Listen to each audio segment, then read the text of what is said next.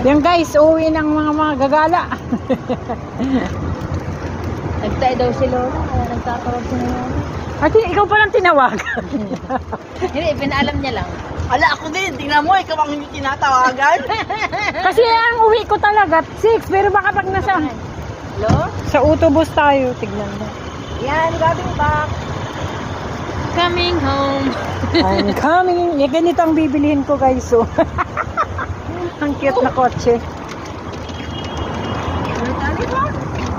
What the?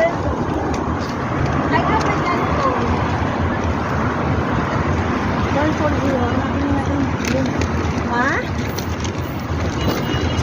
Dito kami sa Baybayin guys.